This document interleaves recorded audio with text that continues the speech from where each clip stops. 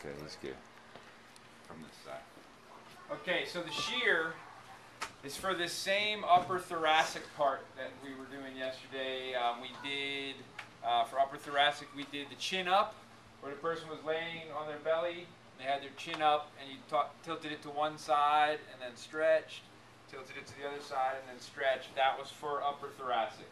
And then when we did thoracic compressions, these were for regular thoracics, and then the ones with the fingers interlocked were for upper thoracic as well. So this is still in that zone, probably T1 to T3. Okay?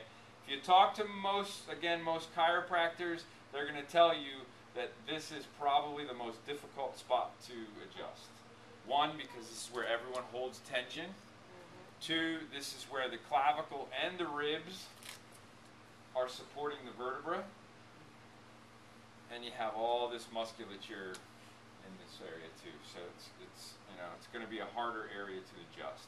The regular thoracics, the lumbar, the cervicals are relatively free moving, so it's a little bit easier. But up here, it's all trapped. So we have him tilt his head forward, and then I'm just going to run my fingers along his spine to feel both sides of the spine. And I'm looking at the spinous processes, seeing if they're in line. Okay, the spinous processes are the points of the vertebra.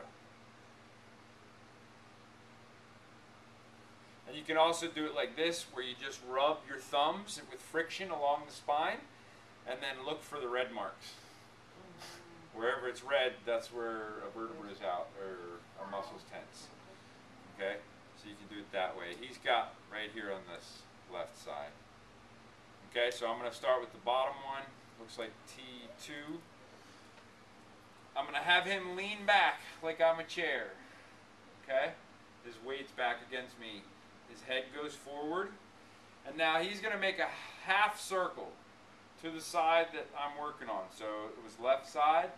So he makes a half circle to the top and then straight back down. Half circle, straight. Half circle, straight. And you're just holding? I'm just holding right now. I mean, the bone already went.